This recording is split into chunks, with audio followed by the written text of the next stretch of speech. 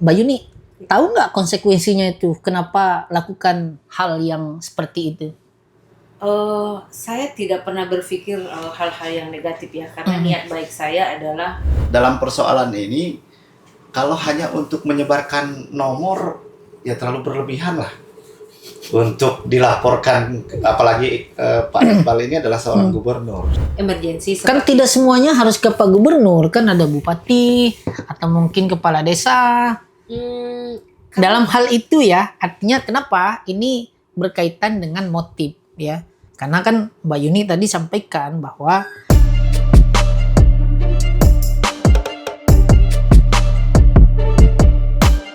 Assalamualaikum warahmatullahi wabarakatuh. Selamat datang kembali di Kupas Isu, Kuliti Fakta dan Realitas. Ruang dialog yang membahas hal-hal penting dan dekat dengan kehidupan kita. Pemirsa, hari ini kita membahas satu isu yang sedang hangat diperbincangkan publik.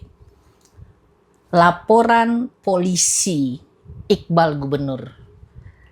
Ini kritik atau kriminal. Pemirsa, di era digital hari ini satu informasi bisa menyebar begitu cepat, tapi di saat yang sama juga bisa berujung pada persoalan hukum. Nah, kasus ini muncul ketika seorang aktivis, Bu Yuni, dilaporkan karena diduga menyebarkan informasi atau data pribadi pejabat publik. Pertanyaannya, apakah ini perlindungan hak privat atau justru potensi pembatasan kritik? Nah, bersama saya telah hadir Ibu Rohyatil Wahyuni atau biasa disapa Mbak Yuni, aktivis sosial atau terlapor dari laporan Iqbal atau lalu Muhammad Iqbal, Gubernur NTB. Dan juga hadir bersama kita juga ada Bang atau Pak Malikur Rahman, lebih familiar disapa Bang Iken, praktisi hukum atau tepatnya advokat yang sering berhadapan atau membela kasus seperti ini. Dulunya bahkan Bang Iken ini pernah menjadi advokat di mana pelapornya adalah Polres Sumbawa Barat terhadap warga Sumbawa Barat yang juga adiknya Bu Yuni. Kakak. Adik ya, kakak. Kakak. Bang Amru. abang. Oh, abang. Ya. Kakaknya Bu Yuni dalam kaitan perkara Undang-Undang ITE. Jadi kita sapa dulu. Selamat datang, terima kasih sudah hadir. Bu Yuni, gimana kabar hari ini? Alhamdulillah sehat. Sehat ya? Kayaknya banyak aktivitas seharian. Ya, hari ini kayaknya padat banget ya, karena perjalanan kami dari Mataram dan jadwal juga cukup merayap. Jadi malam ini saya menyempatkan hadir untuk ya diskusi lah terkait pertanyaan publik yang selama ini saya mungkin tidak bisa saya jawab satu persatu. Jadi saya pikir momen ini saya ambil sehingga publik pun bisa mencerna sebenarnya apa yang terjadi atas kondisi yang hari ini. Mungkin mereka berpikir bahwa saya ini orang yang dilaporkan oleh Gubernur Nusa Tenggara Barat lalu Muhammad Iqbal. Selamat datang Mbak Yuni di program Kupas Kuliti Fakta dan Realitas. Di sini bersama kita juga kalau warga Sumbawa Barat pasti sudah kenal baik Bang Iken, nama sapaannya. Kalau nama aslinya Malikur Rahman SH. Nah, jarang orang tahu nama aslinya. Jadi kita perlu sebutkan nama aslinya Pak Malikur Rahman SH. Nah, gimana kabar malam ini Bang Iken? Alhamdulillah kawanang, malam ini kebetulan sedang cerah ceria. Oh, cerah ceria. Kayaknya lagi banyak perkara sedang ditangani. Justru sekarang. kalau banyak perkara bukan lagi cerah cerianya. Oh gitu. Karena menghadapi orang yang sedang banyak masalah. Ya, senang sekali bisa berbincang dengan kedua narasumber kita. Kedua narasumber kita ini betul-betul expert di bidangnya. Mbak Yuni dalam kapasitas sebagai aktivis sosial yang kebetulan dilaporkan atau sebagai terlapor dari laporan polisi yang disampaikan oleh Gubernur NTB lalu Muhammad Iqbal. Pemirsa, untuk bisa menilai sebuah peristiwa secara adil, kita tentu harus mulai dari satu hal yang paling penting, yaitu fakta yang sebenarnya, agar bukan menjadi asumsi, apalagi opini, agar betul-betul kejadiannya ini dapat dilihat secara utuh. Nah, kita ke Bu Yuni ini, kaitan dengan fakta ini. Bu Yuni atau Mbak Yuni, apa yang sebenarnya terjadi? Itu benar nggak data pribadinya? Itu data pribadi gubernur, apa bentuknya? Sepengetahuan saya mungkin tidak pernah menyebarkan data pribadi yang bersifat rahasia seperti KTP, nomor NIK, nomor KK ya. Tapi ini yang saya pikir semua orang pasti akan bertanya tentang berapa nomor HP Anda. Berarti nomor HP, data pribadi yang dimaksudkan nomor handphone. Saya meyakini itu. Iya. Saya sangat meyakini itu karena pernah saya memposting itu. Kenapa saya memposting itu? Karena mungkin masyarakat tahu bahwa saya salah satu dari layanan sosial yang NTB hari ini dirasakan oleh seluruh lapisan masyarakat. Bagaimana layanan direktif, kemudahan bagi masyarakat di bawah terakses lebih mudah ke atas. Jadi hal-hal inilah yang membuat saya harus berpikir keras bagaimana supaya masyarakat ini cepat terakses dengan pemimpin. Bahkan saya pikir ini normal karena pemimpin ini adalah pemberi solusi, sehingga saya berpikir kenapa tidak masyarakat ini bisa direct ke pemegang kebijakan atas apa yang mereka keluhkan ke saya. Berarti lebih kepada ingin agar pimpinan daerah, dalam hal ini Pak Lalu Muhammad Iqbal, itu bisa langsung terkoneksi secara langsung dengan halayak publik. Yap. Itu konteksnya dan motifnya ya. Mungkin ya. Ya. Mbak Yuni, tahu nggak konsekuensinya itu? Kenapa lakukan hal yang seperti itu? Saya tidak pernah berpikir hal-hal yang negatif ya, karena niat baik saya adalah bagaimana publik ini bisa mendapatkan solusi dari apa yang menjadi keresahan mereka hari ini. Salah satu yang hari ini lagi ya, terkait kasus SK perubahan tempat pembayaran gaji P3K. Jadi SK yang dimaksud itu sudah diubah dari Bank NTB Syariah ke Bank BPN.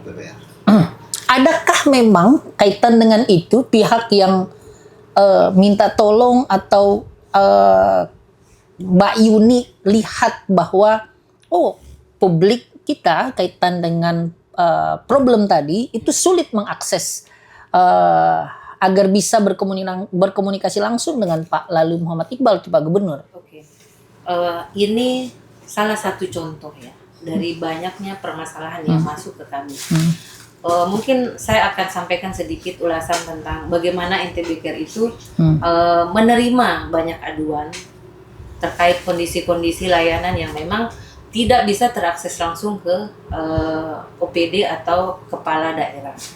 Jadi ini membuat saya berpikir bagaimana supaya kemudahan ini dan jawaban dari permasalahan yang hari ini masyarakat rasakan bisa terjawab. Jadi kalaupun saya menyampaikan nomor HP itu karena ada beberapa dari masyarakat ini, Mbak, bisa saya dibantu minta nomornya Pak Iqbal? Ada banyak. Saya bisa sampaikan ke publik bagaimana orang-orang ini meminta one by one. Atau saya kan nggak mungkin setiap saat saya harus memberi satu orang dengan nomor HP yang sama kepada orang yang segitu banyak. Nusa Tenggara Barat saya layani Pak Unam. Baik, Mbak Yuni, kita ke Bang Iken ini, karena beliau ini punya perspektif normatif kaitan dengan ini. Bang, dari sudut pandang hukum, hal seperti ini bisa langsung masuk kategori pelanggaran nggak?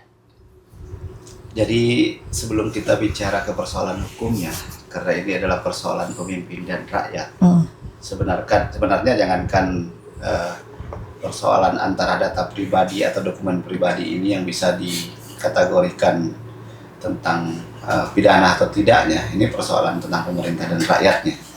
Nah, jangankan itu masih kita menduga akan bisa menjadi kepidana, tetapi banyak persoalan-persoalan lain yang sebenarnya dari pemimpin dan rakyat itu bisa diselesaikan, bukan justru cenderung mengambil sikap yaitu melaporkan kepada pihak yang berwenang. Itu yang pertama. Yang kedua, memang persoalan data pribadi ini adalah persoalan pidana. Tapi bukan berarti ketika ini menjadi persoalan pidana dia langsung bisa dikategorikan pidana. Tentu ada unsur-unsur lain yang nantinya akan mengarah ke pidananya atau tidaknya, ya. Karena data dan dokumen pribadi ini ada yang tidak termasuk bagian dari pidana. Contoh yang layak untuk disebarkan misalnya, baik itu untuk informasi dan lain sebagainya. Nah, apalagi ini adalah kalau tadi Mbak Yuni mengatakan kemungkinan adalah nomor telepon. Nomor telepon ini kan justru biasanya pemimpin, apalagi ini pemimpin yang dipilih oleh rakyat melalui jalur politik, ya. Justru kadang-kadang di dalam berkampanye itu justru menyebarkan nomor, kalau ada apa-apa hubungi saya, ini kontak saya, dan seperti itu. Makanya saya bilang, kalau kita bicara umum tentang hukumnya, ya boleh diproses, tapi belum tentu memenuhi unsur pidananya. Nanti akan dikaji oleh penyidik, ya. Berarti unsurnya tergantung konteksnya. Tergantung konteksnya. Begitu. Ya.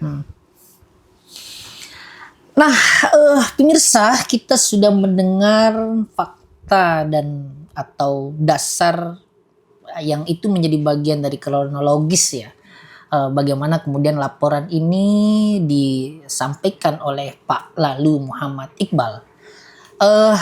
Tapi tentu sebuah tindakan dia tidak berdiri sendiri, selalu ada alasan di baliknya atau motif. Kita kembali lagi di Kupas Isu, Kuliti Fakta dan Realitas.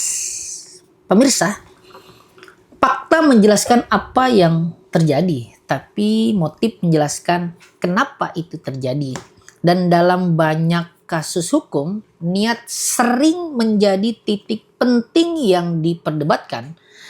Kaitan dengan ini, nah kita perlu tahu apa motif. Meski tadi sudah sedikit agak disinggung oleh Mbak Yuni, motifnya adalah untuk menjembatani atau untuk menghubungkan secara langsung antara rakyat dengan pemimpinnya.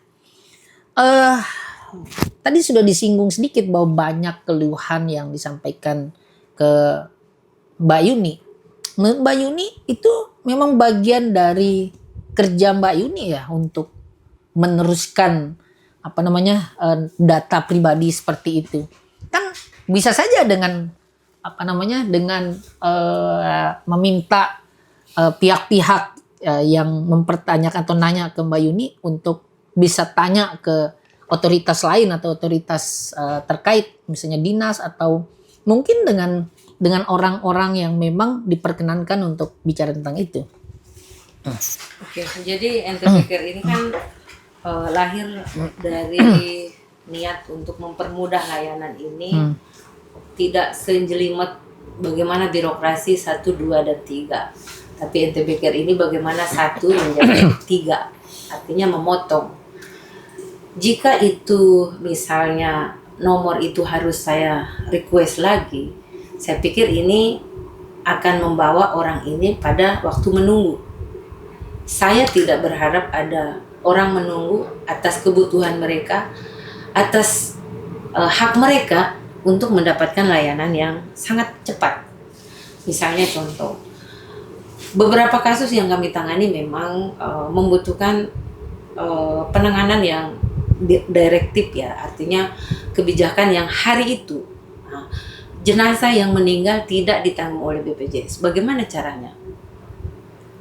Jadi saya mencoba mengubah pola ini, bagaimana mereka bisa berkomunikasi langsung dengan pemimpinnya seperti mereka Kenapa harus dengan Pak Gubernur atau dengan Pak Lalu Muhammad Iqbal? Kan ada perangkat yang memang sudah dimandatkan untuk melakukan tugas-tugas seperti itu. Oke. Tidak semua tidak semua OPD bisa semudah yang orang pikirkan, karena ini terkait dengan nominal. Tidak semua OPD sudah dibagankan atau sudah diberikan uang atau tusinya untuk membayar hal-hal yang bersifat emergensi. Jadi saya sih berharap dan ingin sekali masyarakat ini sangat tidak boleh menunggu.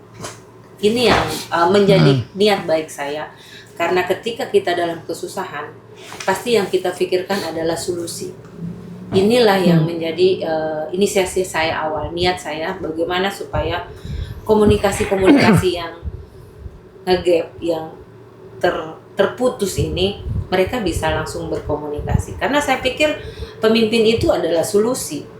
Jadi tidak pernah di dalam hati saya untuk mengajak orang lain melakukan hal-hal yang tidak baik ketika saya memberikan informasi. Silakan menghubungi. Nah, ini bahasa yang sering saya sampaikan kepada netizen, bahwa ini nomor yang bisa dihubungi jika. Nah, jika apa? Jika membutuhkan layanan publik yang memang hari itu sangat urgent. Misalnya saudaranya meninggal di Bali atau di Kalimantan, siapa yang akan peduli? Sementara uang atau anggaran belum dianggarkan untuk hal-hal yang bersifat emergensi seperti yang sering kami dapatkan. Berarti Mbak Yuni sepertinya kesal dengan Pak Gubernur atau Pak Lalu Muhammad Iqbal tentang bagaimana menyikapi hal-hal insidental seperti tadi. Mungkin tidak kesal ya, lebih kepada lelah ya, karena sebenarnya bukan tanggung jawab kami. Kami hanya pure ingin memfasilitasi, ingin memudahkan. Jadi niat kami itu bagaimana masyarakat yang selama ini begitu sulit menunggu. Kan tidak mungkin orang meninggal di Bali menunggu siapa yang akan menjadi jaminan mereka agar bisa dipulangkan ke Sumbawa atau Bima atau Dong. Pernah nggak kalau berkaitan dengan case tadi ya, kondisi insidental, Mbak Yuni komunikasi dengan otoritas terkait, misalnya dengan OPD ya, atau dengan ya memang pihak yang menjadi bagian yang dimandatkan oleh Pak Gubernur untuk menyelesaikan hal-hal tadi? Sering ya. Sering. Saya kadang melalui PIC saya meminta kepada dinas terkait, misalnya contoh kasus meninggal di Surabaya. Ini 2 minggu yang lalu kalau tidak salah. 2 minggu yang lalu meninggal di Surabaya, dan saya coba PIC untuk menghubungi pihak dinas sosial. Ternyata kepala dinasnya bilang nggak ada uang. Nah, ini kan tidak ada uang, kan tidak mungkin ini solusi yang harus kita berikan ke publik, sementara pada hari yang sama mereka lagi berduka.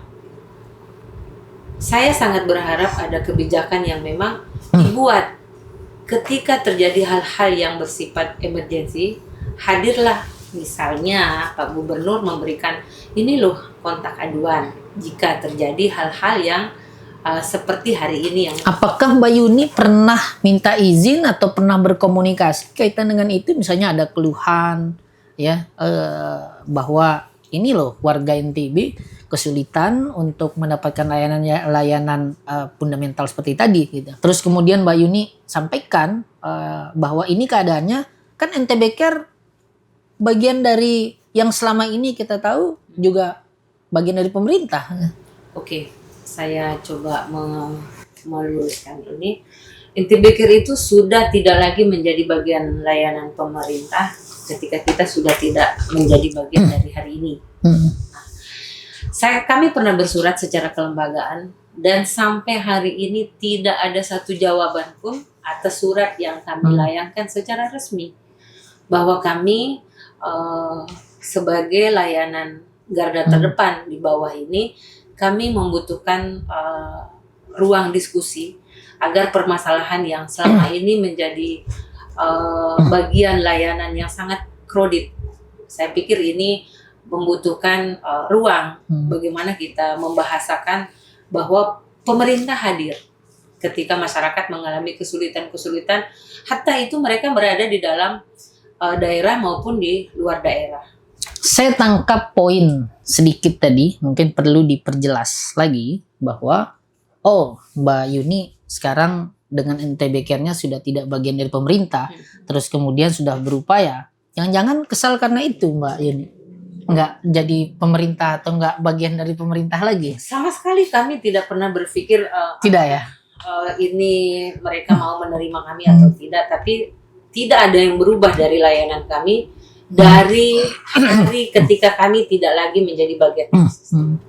Jadi ritmenya tetap kami jaga, bagaimana layanan ini tidak berubah. Jadi sampai hari ini tidak ada yang berubah. Nah, Bang Iken, ini kan sudah sedikit agak terang ya faktanya. Terus kemudian niatnya. Kalau bicara niat itu kan kita bicara motif ya. Nah, menurut analisa Bang Iken dari motif tadi, sejauh mana kedekatan motif dan niat tadi bisa memenuhi unsur adanya pelanggaran pidana atau pelanggaran gitu. Oke, Pak Unang.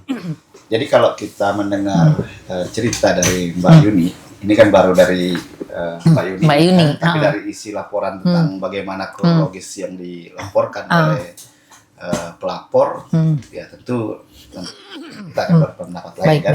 Untuk saat ini kita berpendapat dari apa yang diceritakan oleh Mbak Yuni, sehingga untuk memenuhi unsurnya sangat jauh dan kasusnya terkesan mengada-ngada gitu. Mengada-ngada karena tujuan dari apa yang disampaikan oleh Mbak Yuni adalah tujuannya adalah untuk hal yang positif. Bagaimana supaya masyarakat ini mudah mengakses informasi ataupun berkomunikasi langsung terhadap pemimpinnya tentang hal-hal yang emergensi. Jadi tidak ada sama sekali unsur yang akan mengarah ke pidana kalau menurut versinya dan cerita dari Mbak Yuni. Nah, kemudian kalaupun ini menuju mengarah ke unsur pidana misalnya, lahirnya restoratif justice pertamanya itu karena terlalu untuk persoalan-persoalan pencemaran nama baik melalui ITE sebenarnya. Restoratif justice. Sehingga dalam persoalan ini kalau hanya untuk menyebarkan nomor ya terlalu berlebihan lah untuk dilaporkan, apalagi Pak Iqbal ini adalah seorang gubernur, seharusnya justru memanggil Mbak Yuni untuk berdiskusi bagaimana tentang hal-hal yang positif bisa membangun NTB ini. Itu untuk berarti secara fakta bahwa memang ada normatif yang bisa saja dilihat itu menjadi satu pelanggaran, tapi dari sisi motif ya itu bisa diperdebatkan. Artinya memang motifnya itu bukan untuk hal-hal yang merugikan sebenarnya, tapi lebih kepada bagaimana Pak Lalu Muhammad Iqbal dalam posisi sebagai gubernur itu bisa langsung terhubung dengan masyarakat kita atau dengan rakyatnya. Ya, Kira-kira begitu Bang ya? Kalau kronologinya begitu sangat membantu dari segala program-program gubernur.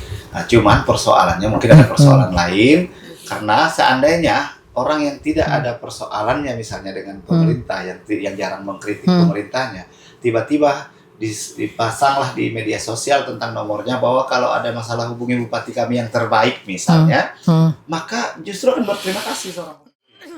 Misalnya ada persoalan tentang ini, silakan hubungi nomornya Pak Unang karena Pak Unang apalah di bawahnya, misalnya karena Pak Unang ini menyelesaikan masalah tanpa masalah misalnya, justru akan berterima kasih, ya kan?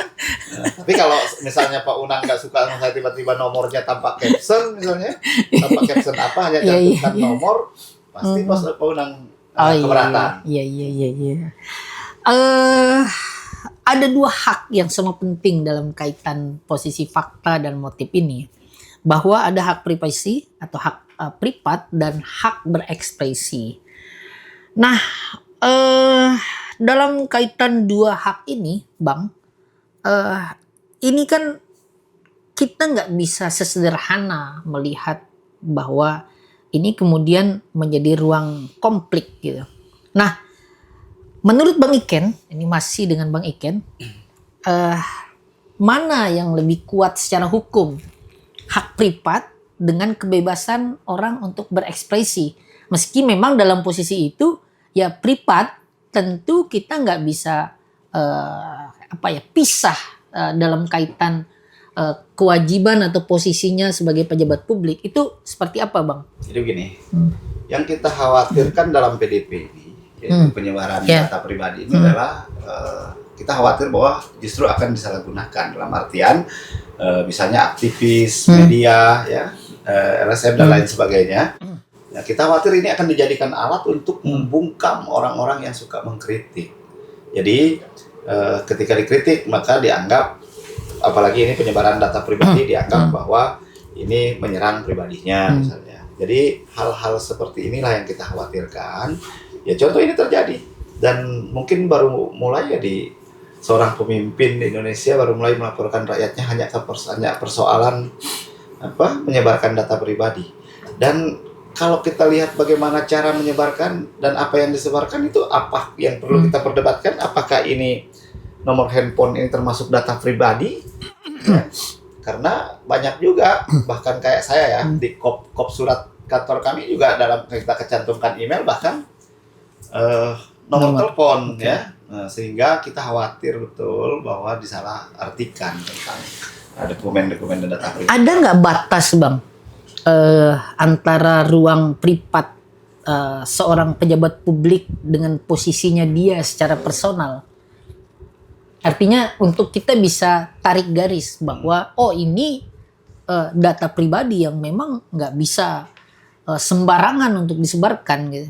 Artinya secara aturan ada nggak ruang pembatas seperti itu? Gitu? Ya kalau nomor telepon saya rasa tanpa minta izin sekalipun, ya memang sih kalau dalam hukumnya salah ya. Jangankan dalam hukum, dalam etika juga salah. Kalau hanya nomor telepon disebarkan, ya saya rasa enggak. Makanya saya bilang berlebihan ketika dipersoalkan. Berlebihan. Jadi yang menjadi data pribadi, ada data pribadi seperti contoh tadi Pak Unang sudah sentil dalam awal pembukanya tentang nik apa, ya udahlah kalau itu kan memang benarlah akan pidana karena takut disalahgunakan oleh yang lainnya. Data pribadi. Kalau data-data dalam bentuk pemerintahannya, tentu ada etika juga untuk mendapatkan dan tidaknya melalui Komisi Informasi Publik kan. Nah, makanya saya di sini agak rancu karena yang disebarkan adalah nomor telepon. Apakah nomor telepon ini dikategorikan data pribadi? Iya, tetapi apakah beresiko untuk disalahartikan bagi seorang pemimpin belum tentu. Tapi kalau masyarakat biasa misalnya disebarkan akan diketahui data dalam bentuk telepon, ya mungkin. Tapi kalau pemimpin ya harus konsekuensinya. Bang, ini jadi kan sudah mulai dipanggil Mbak Yuni dalam posisi sebagai terlapor. Artinya memang prosesnya sudah mulai berjalan. Menurut Bang Iken, dalam kondisi seperti ini, secara hukum apa yang mesti harus dilakukan oleh pihak pelapor? Jadi begini, karena hukum ini berlaku untuk semua pihak, semua orang, baik pejabat ataupun masyarakat. Tentu hal-hal yang sering diterapkan kepada masyarakat biasa sebagai pelapor juga harus diterapkan kepada seorang gubernur. Misalnya dengan jadwal-jadwal atau diagendakan untuk mediasi, restoratif justice dan lain sebagainya. Walaupun nanti akhir dari hasil ini tidak harus berhasil, tetapi upaya-upaya ini harus dilakukan oleh pihak PH atau penyidik, harus dilakukan. Jangan karena seorang pejabat yang melapor akhirnya langkah-langkah yang seperti itu tidak dilakukan. Harus sama. Nanti semakin kuat nanti apa yang dikatakan oleh masyarakat hukum tajam ke bawah, tumpul ke atas, itu nanti akan semakin kuat. Padahal sebenarnya tidak seperti itu, hanya karena ulah dari oknum-oknum itu sendiri. Ya, jadi harus dilakukan hal-hal seperti itu, mediasinya atau restoratif justice-nya. Kalau gagal di pihak kepolisian, di penyidik, kejaksaan juga. Kalau gagal di kejaksaan, di pengadilan juga. Bahkan sekarang kasus pidana dengan KUHP baru, ya, walaupun sudah didakwah, nanti harus ada juga ketika dicabut laporan di dalam persidangan itu, dia bisa untuk dibatalkan dakwaan dan tuntutannya. Itu yang baru sekarang. Kita ke Mbak Yuni ini. Mbak Mbak Yuni ini kan kalau kita tracking media sosialnya itu sangat kritis dengan pemerintahan sekarang.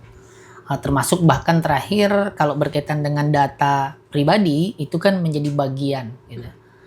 Nah, pernah nggak ada komunikasi apalagi khusus berkaitan dengan ini, pernah nggak ada pihak dari pemerintah atau pihak dari Pak Lalu Muhammad Iqbal minta untuk ketemu atau setidaknya mengingatkan Mbak Yuni jangan gitu dong, pernah nggak itu ada diingatkan? Saya nggak tahu ya. 2 hari kemarin saya dikirimin screenshot caption, screenshot narasi saya ya, Facebook saya. Mbak Yuni, tolong dong jangan begini amat gitu. Bisa nggak sih ditahan, gitu kan? Itu siapa?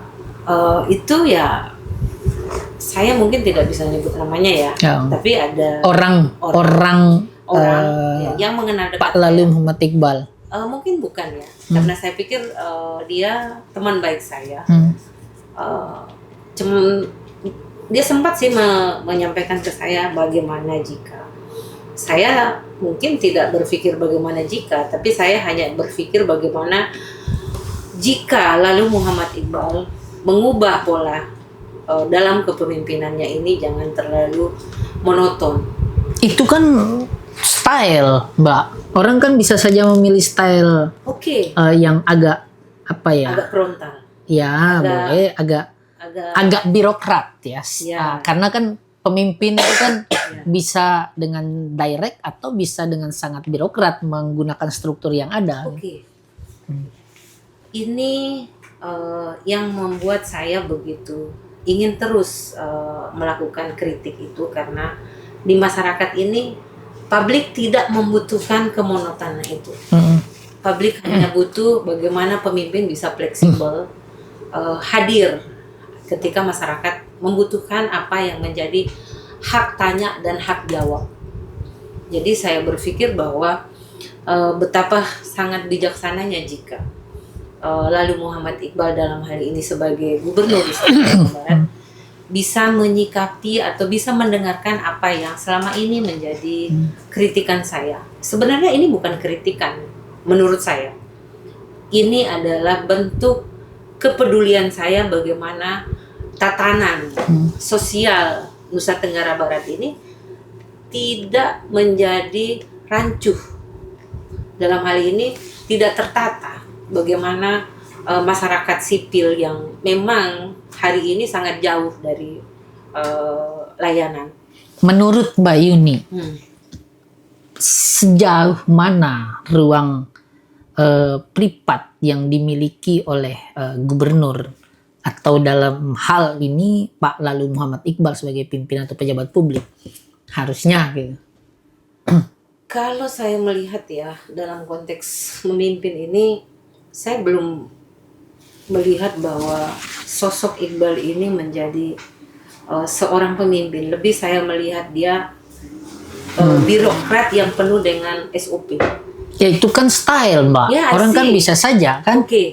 Tapi kan kerjaan-kerjanya selesai. Selesai dari mana, Pak? Misalnya ya kan program ada gratis, orang gratis. Lewat, bukan orang apa namanya? Nyebrang kan bisa gratis, kan gitu. Nyebrang gratis itu kami sudah nyebrangkan gratis selama 5 tahun. NTB Care bisa menyeberangkan semua gratis. Dulu saya berpikir Iqbal hadir dengan gratis itu bisa menyempurnakan program NTB Care. Misalnya NTB Care 5 tahun ini kami bermitra dengan Gapasdap, Infa dan ASDP. Jadi 5 tahun ini kami bisa bersurat tanda tangan saya bahwa warga yang tidak mampu ini akan melakukan penyeberangan free. Kami sudah agreement bahwa NTB Care akan mendapatkan fasilitas bagi warga tidak mampu. Tidak dikecualikan. Kalau Nusa Tenggara Barat, Pemprov hanya mendapatkan layanan penyeberangan gratis bagi yang meninggal. Kenapa tidak kita berkolaborasi saja? Artinya lebih kita sempurnakan. Misalnya kita menggunakan barcode. simpelnya Mbak Yuni, apakah semua problem itu harus terhubung ke pemerintah sehingga kemudian Mbak Yuni, saya melihat justru ya kayaknya agak personal juga nih. Terus kemudian misalnya harus sebarkan nomor pribadi, itu gimana ceritanya? Sebenarnya Kan bisa saja komunikasi atau mungkin buka ruang. saya sudah mencoba berkomunikasi, saya WA baik-baik, tidak ada respon. Tidak ada respon. Saya bahkan menelpon, saya mencoba menelpon. Artinya banyak masalah sosial yang harus kita duduk bersama dan kita bicarakan bagaimana regulasi atau kebijakan yang mungkin hari ini harus diurai dan siapa yang akan bertanggung jawab atas kondisi yang sekiranya terjadi hal-hal yang emergensi. Kan tidak semuanya harus ke Pak Gubernur, kan ada bupati atau mungkin kepala desa. Dalam hal itu ya, artinya kenapa ini berkaitan dengan motif ya. Karena kan Mbak Yuni tadi sampaikan bahwa ini karena banyak ini yang mengeluh ya atau meminta agar ada solusi gitu, dari Pak Gubernur. Pernah nggak Mbak Yuni pikirkan, nggak usah dengan Pak Gubernur ini, harusnya kan bisa dengan bupati atau dengan kepala desa gitu. Tidak bisa, karena kebijakan SK itu atas nama dia. Seperti SK P3K itu kan namanya SK Gubernur. Oh gitu, ini berkaitan dengan SK ya. Oke, kita kritikan saya itu bukan hanya tentang isu-isu sosial, tapi tentang bagaimana kebijakan yang salah hari ini bisa diubah. Nah, misalnya bagaimana rental mobil listrik. Ini kan isu yang terus saya jadikan sebagai bahan postingan saya. Bahkan sampai hari ini saya masih tertarik dengan rental mobil ini supaya bagaimana lalu Muhammad Iqbal atau Gubernur Nusa Tenggara Barat lagi ini tidak lagi ngerental mobil, tapi kita membeli. Sehingga kita pada yang terburuknya kita punya rongsokannya. Nah, ini yang salah satu kebijakan yang sering saya tulis dan saya terus mengulang dalam bentuk narasi versi saya. Artinya begini, dari beberapa kebijakan, menurut Mbak Yuni, ini memang problem serius yang harusnya memang disikapi oleh gubernur. Di sisi lain dalam kaitan kebijakan itu kan sangat relatif. Artinya seorang pemimpin bisa saja punya perspektif yang berbeda, sehingga kemudian berani mengeluarkan kebijakan seperti itu, dan mungkin dalam beberapa kebijakan yang disebutkan tadi ya Pak Gubernur atau Pak Lalu Muhammad Iqbal juga sudah melakukan treatment atau melakukan proses yang memang secara normatif ataupun dalam hal ruang berbagai pertimbangan itu juga sudah dihitung. Gitu. Artinya kenapa harus menyebarkan hal yang sangat privat? Artinya kalau tadi kita sepakat bahwa nomor itu adalah informasi privat, meski sampai sekarang kan kita belum tahu aslinya data apa, tapi oke lah kita berkesimpulan ini berkaitan dengan nomor pribadi gitu ya. Kenapa harus seperti itu gitu? Karena saya berpikir bahwa satu-satunya alasan masyarakat bisa terhubung harus terhubung. Karena menggunakan jalur-jalur yang birokrat ini kan membutuhkan waktu. Nggak bisa. Harus schedule dulu, and then harus menunggu antrian gitu kan. Buktinya sampai hari ini saya sudah bersurat sampai 1,5 tahun. Kami belum dijawab. Padahal permasalahan sosial ini harus kita berbicara. Nah, ini kan perjalanannya Mbak Yuni karena banyak kritis ini terhadap kebijakan daerah. Sampai kemudian ya kita bisa berdasarkan informasi tadi ya Mbak Yuni bahwa ini sebenarnya ada kekecewaan gitu terhadap pimpinan daerah. Menurut Mbak Yuni, ada nggak motif dari Pak Gubernur atau Pak Lalu Muhammad Iqbal itu mengkriminalisasi Mbak Yuni sebagai aktivis? Sampai hari ini saya tidak pernah merasa apa yang dia lakukan hari ini hampir saya ngeblank aja gitu. Saya pikir dia punya hak ya atas pembelaan, atas apa yang merasa mungkin oh ini nggak adil, ini kan privasi saya gitu kan, kasarnya begitu. Ini saya pikir manusiawi ya, ketika kita merasa tersakiti ya mungkin kita akan reaktif. Nah, dan ini yang saya lihat mungkin Bapak Gubernur ini orangnya baperan ya, jadi sangat sensitif. Kan belum tentu, Mbak. Itu kan versi saya, Pak. Oh iya, Tadi kan saya boleh. bilang menurut saya ya, karena saya tidak pernah merasa bahwa ini sesuatu yang diskriminatif ya. Tapi saya melihat bahwa manusiawinya dia seorang manusia, dia merasa mungkin tersakiti ya, mungkin. Keyakinan saya dia tersakiti sehingga dia reaktif dan melakukan pelaporan itu untuk membela haknya sebagai pribadi atau sebagai lalu Muhammad Iqbal. Kritis itu boleh, privasi juga boleh, karena keduanya adalah hak. Keduanya, jika tidak ada batas yang jelas, publik bisa masuk terlalu jauh ke ranah privat. Tapi, jika terlalu dibatasi, kritik juga bisa kehilangan ruangnya.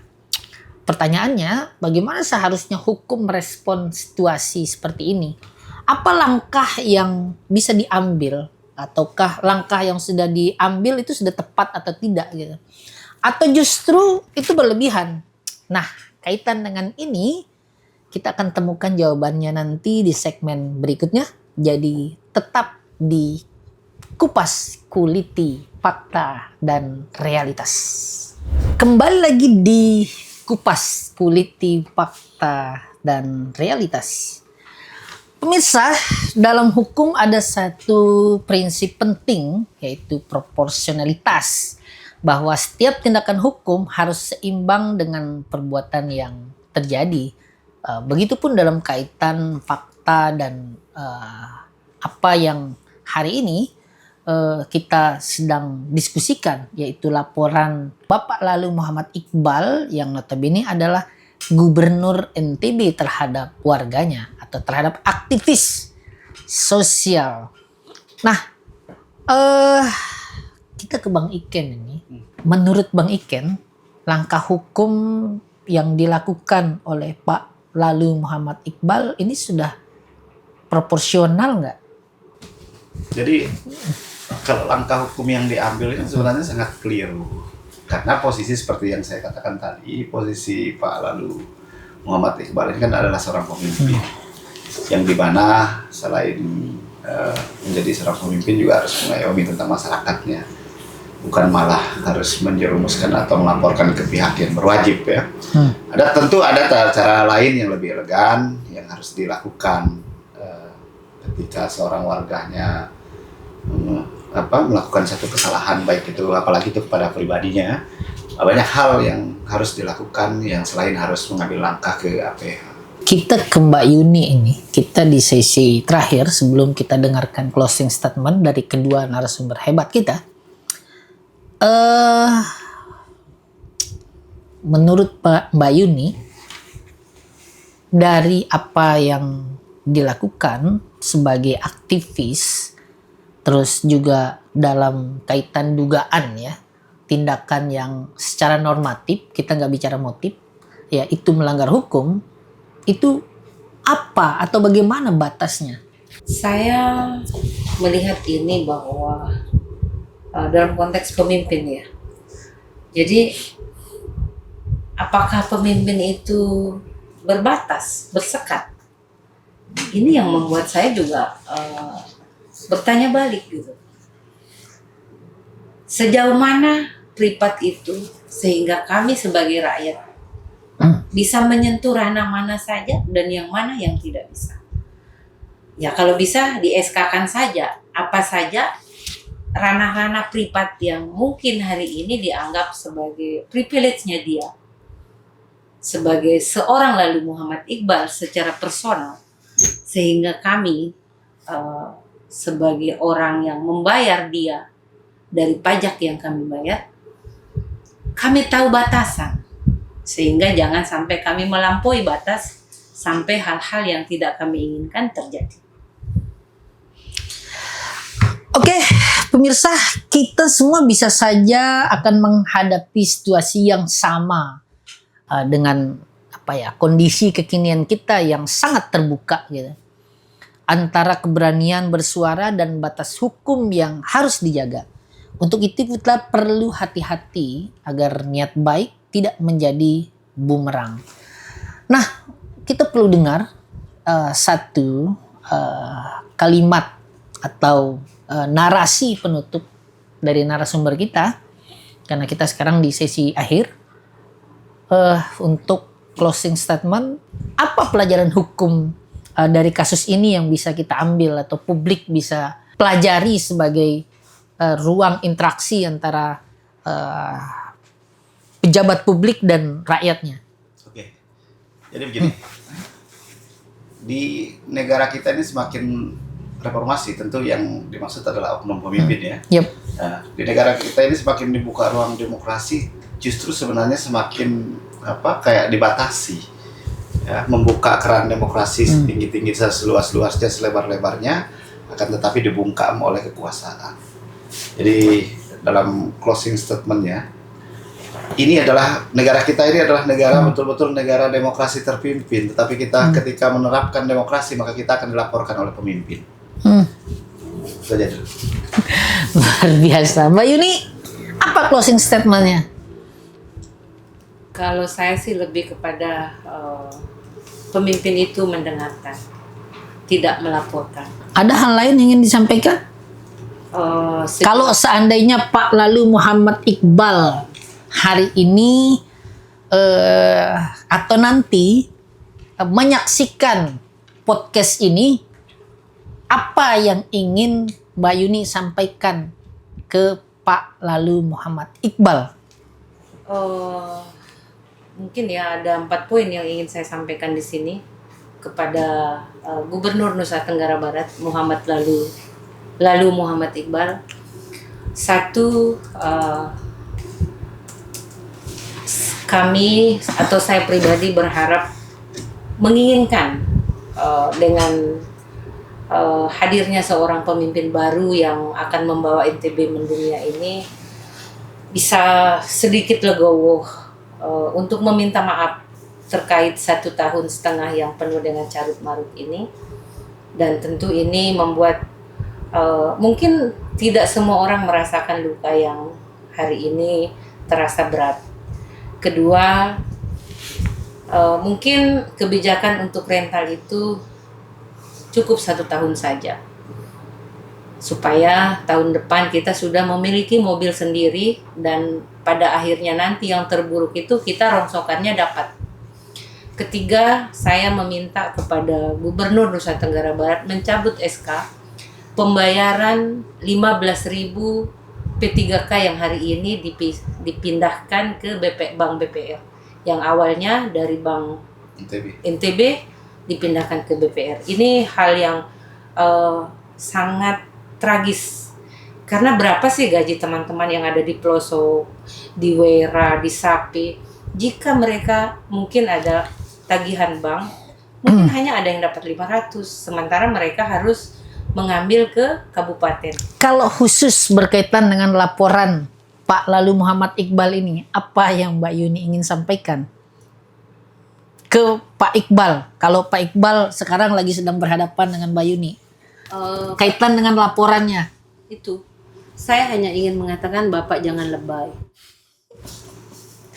Baik, pemirsa, dari diskusi ini kita belajar bahwa di era digital batas antara kritik dan pelanggaran hukum itu sangat tipis. Tapi terima kasih atas kehadiran dan pandangan yang sangat luar biasa dari narasumber kita. Semoga diskusi ini memberi kita perspektif yang lebih jernih bahwa menjaga ruang kritik itu harus, tapi juga harus diiringi dengan tanggung jawab. Saya Unang Silatang, terima kasih telah menyimak kupas isu atau kuliti fakta dan realitas. Jangan lupa subscribe, share, dan ikuti episode berikutnya. Wassalamualaikum warahmatullahi taala wabarakatuh. Waalaikumsalam.